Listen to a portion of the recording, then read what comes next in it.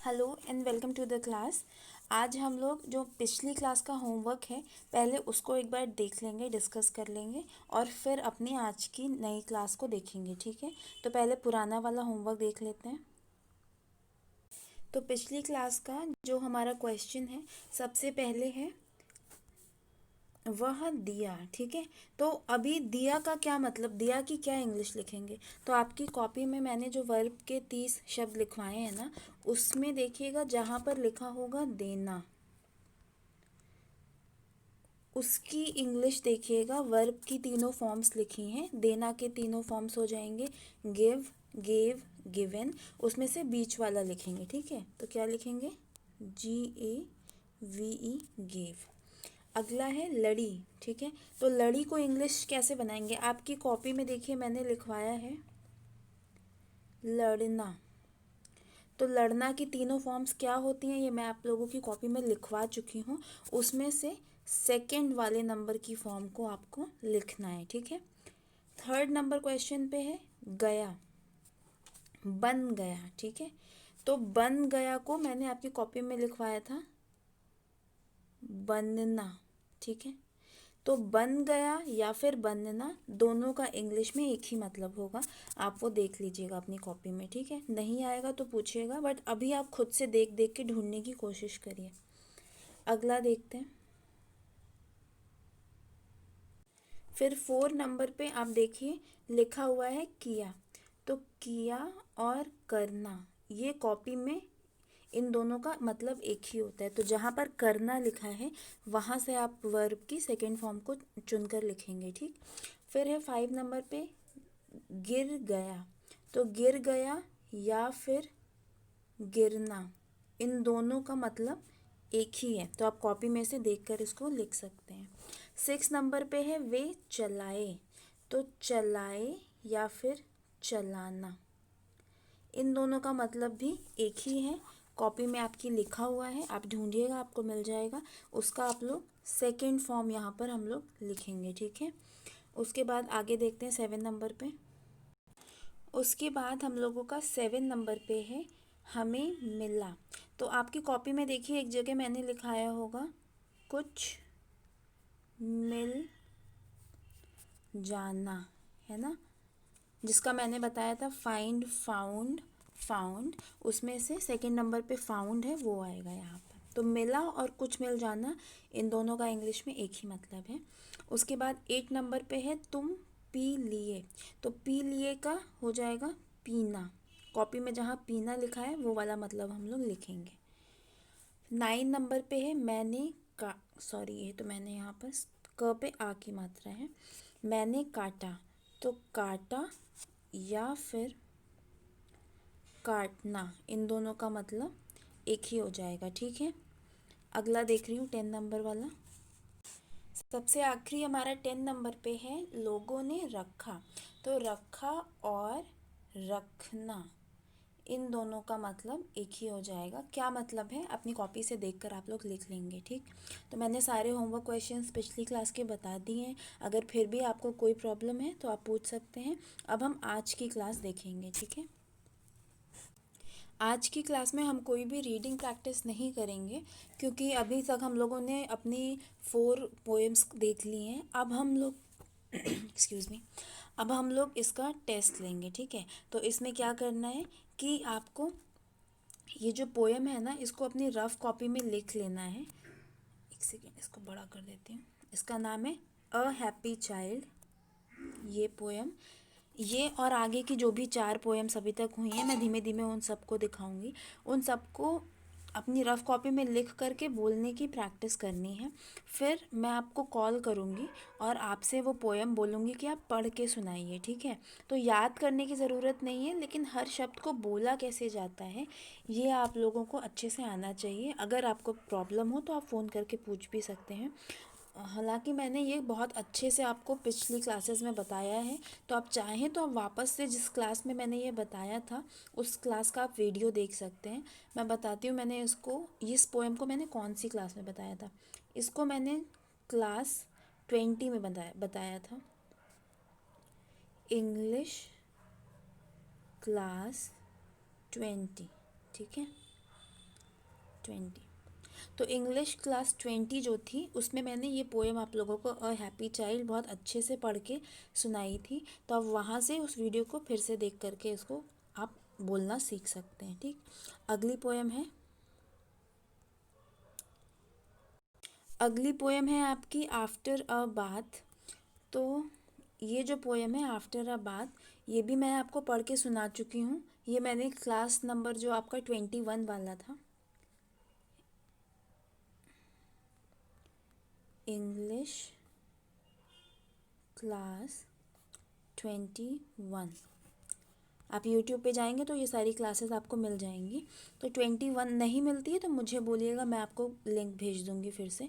तो क्लास 21 में मैंने ये पोएम आपको पढ़ना अच्छे से सिखाया था। तो अभी तक हमने 2 पोएम्स देख ली, अब हम अपनी तीसरी पोएम देखते हैं। तीसरे नंबर की पोएम है हमारी वन लिटिल किटन, ये वाली पोएम है। ये भी मैं पढ़ के सुना चुकी हूँ। इस पोएम को मैंने क्लास नंबर 24 में बताया था।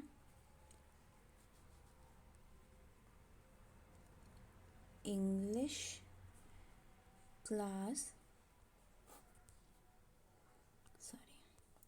24, ठीक है। तो क्लास 24 जो है उसमें मैंने ये पोएम अच्छे से पढ़ के सुनाई थी। तो आप 24 वाली क्लास में जाके इस पोएम को आप पढ़ना सीख सकते हैं। और हमारी आखिरी जो पोएम है वो भी एक बार दिखाती हूँ। चौथी पोएम है हमारी once I saw a little bird, ये वाली पोएम है। Once I saw a little bird, ये पोएम भी पूरी मैंने आपको पढ़ के सुनाई है क्लास 25 में।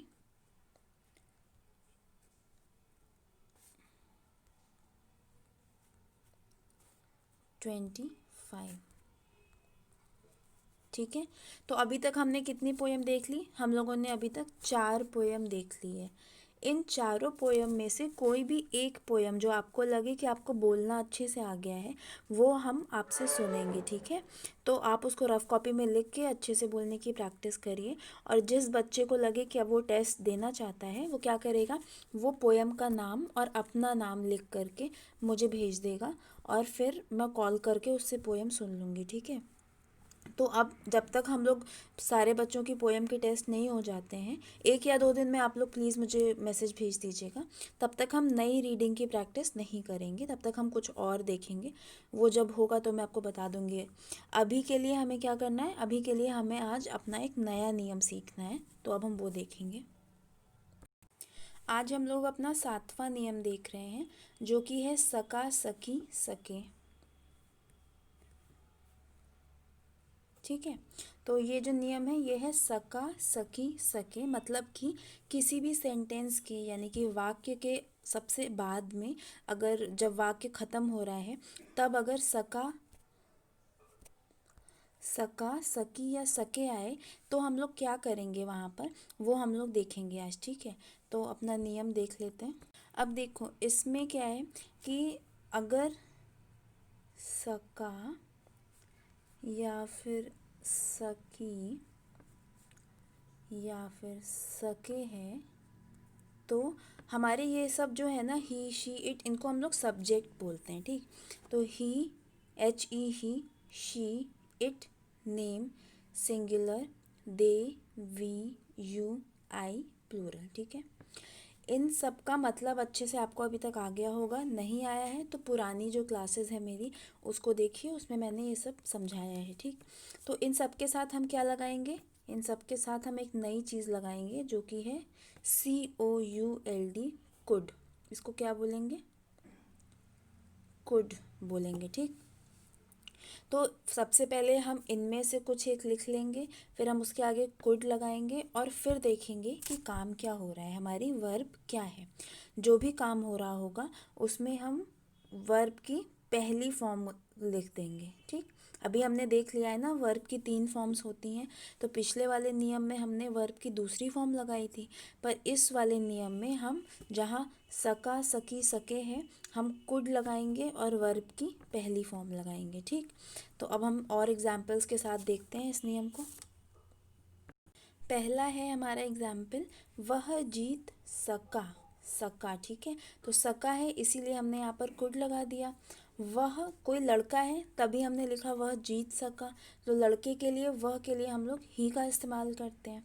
फिर यहाँ पर क्या काम कर रहा है, वो जीत रहा है। तो जीतने को इंग्लिश में क्या कहते हैं, WIN, विन। इसीलिए हमने यहाँ पर विन लिखा, ठीक है। तो वह जीत सका, ही कुड विन। अब यहाँ पर वर्ब है क्या हमारा यहाँ पर, जीतना, ठीक है। इसकी कौन सी फॉर्म इस्तेमाल हुई है, पहली फॉर्म इस्तेमाल हुई है। क्यों, क्योंकि यहाँ पर सका था और इसीलिए हमने यहाँ पर कुड भी लगा दिया, ठीक।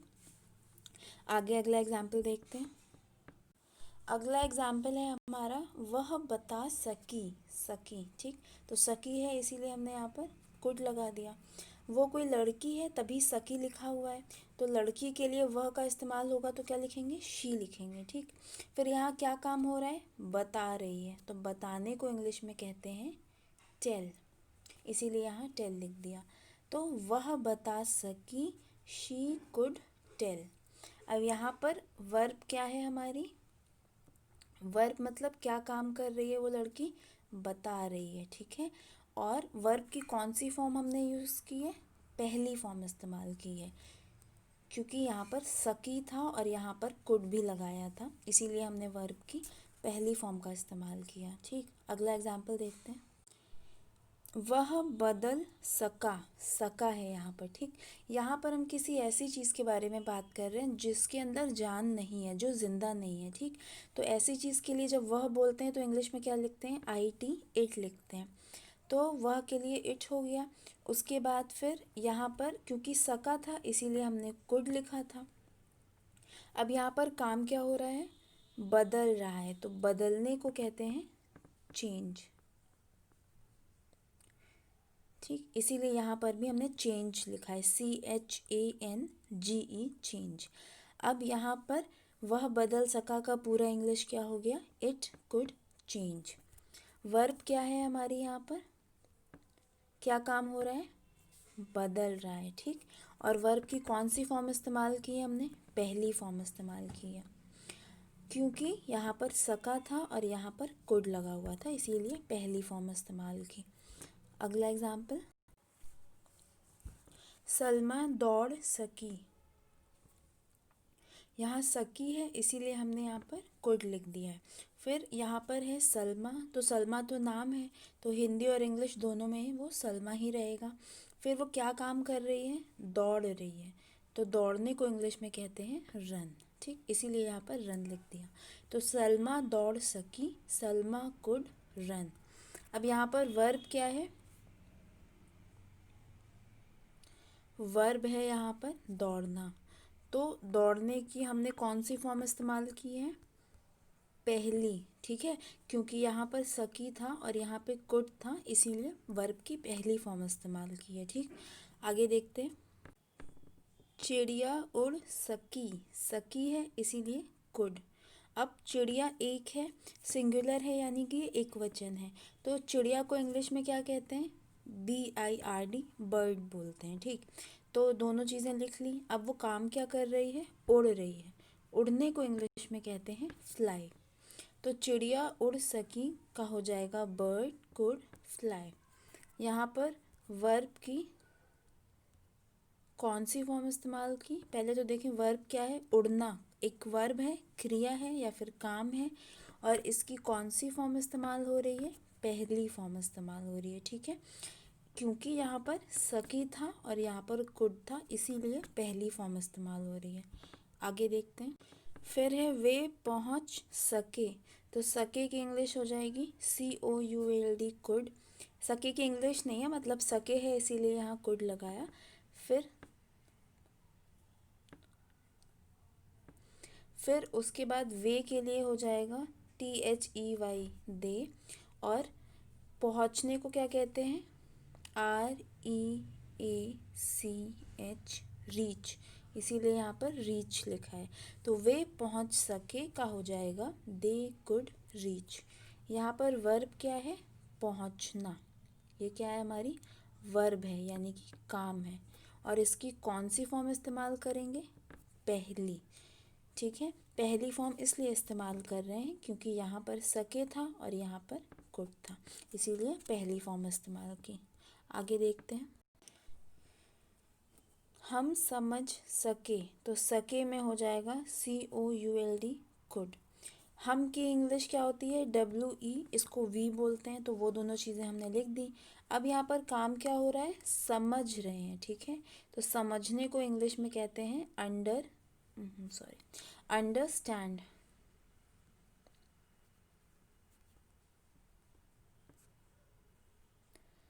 अंडरस्टैंड यहाँ हमने लिख दिया है।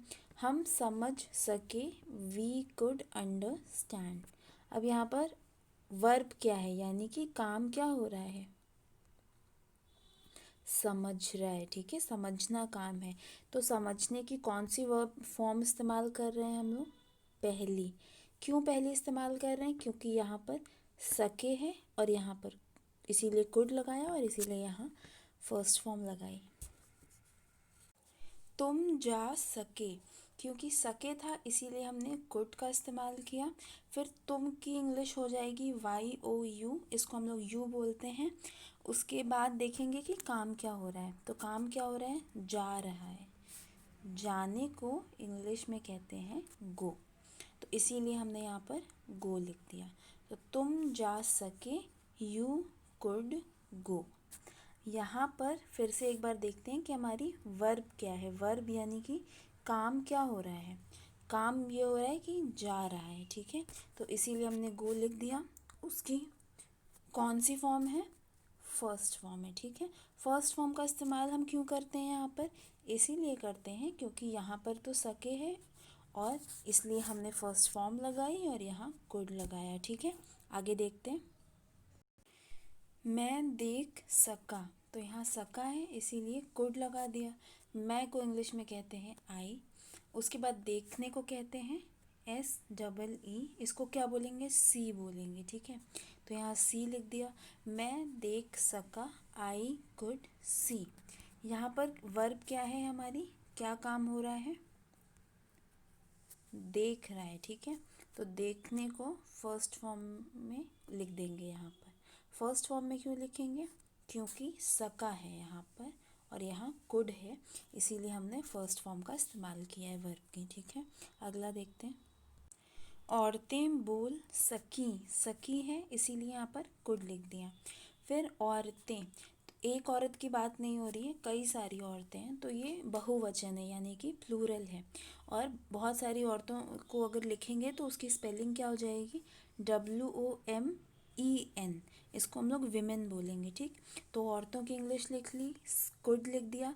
अब काम क्या हो रहा है? बोल रही हैं, तो बोलने को क्या लिखेंगे? SPEAK, स्पीक, जो कि यहाँ पर लिखा हुआ है।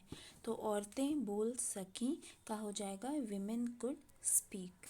यहाँ पर हमारी वर्ब क्या है, यानी कि काम क्या हो रहा है? बोल रही हैं, ठीक है। तो बोलने की कौन सी फॉर्म इस्तेमाल की गई है? फर्स्ट फॉर्म, क्योंकि यहाँ पर सकी था और यहाँ पर कुड था, इसीलिए फर्स्ट फॉर्म इस्तेमाल की गई है, ठीक है। तो सारे एग्जाम्पल्स ख़त्म हो गए। अब हम लोग कुछ होमवर्क क्वेश्चंस देखेंगे। होमवर्क में पहला क्वेश्चन है, वह बुला सका, तो बुलाने को इंग्लिश में क्या बोलेंगे? कॉल, ठीक। तो अब बाकी का आप जैसे अभी मैंने पहले के एग्जाम्पल्स दिखाए आप लोगों को, वैसे ही आप लोगों को बनाना है। अगर कुछ पूछना हो या ना समझ में आए तो पूछ लीजिएगा। मैं सिर्फ इंग्लिश जो वर्ब है यानी कि जो काम हो रहा है उसको इंग्लिश में फर्स्ट फॉर्म में बता रही हूँ, ठीक। सेकंड है, वह खेल सकी, तो खेलने को क्या बोलते हैं? PLAY, play. थर्ड देखते हैं, अगर नहीं हुआ है तो आप लोग वीडियो को पॉज कर लीजिए, मैं आगे बढ़ रही हूँ। थर्ड क्वेश्चन है, वह टूट सका। यहाँ पर दो बातें बताना है। वह के लिए आप यहाँ पर इट का प्रयोग करेंगे, ही का प्रयोग नहीं करेंगे। हम किसी ऐसी चीज़ के बारे में बात कर रहे हैं जिसमें जान नहीं है, जो जिंदा नहीं है, ठीक है। तो किसी सामान के बारे में बात हो रही है, इसीलिए आप इट का प्रयोग करिएगा। फिर टूटने को इंग्लिश में कहते हैं ब्रेक, ठीक है। उसके बाद 4 नंबर पे है प्रदीप नाच सका। तो प्रदीप की स्पेलिंग मैंने यहाँ पर लिख दी है PRADEEP प्रदीप। नाचने को इंग्लिश में कहते हैं डांस। ठीक है। 5 नंबर पे है खिड़की खुल सकी। तो खिड़की को इंग्लिश में क्या बोलेंगे? एक खिड़की की बात हो रही है, ये सिंगुलर है। खिड़की को इंग्लिश में बोलेंगे विंडो। ठीक है। और उसके बाद विंडो, और उसके बाद खुलने को क्या बोलते हैं?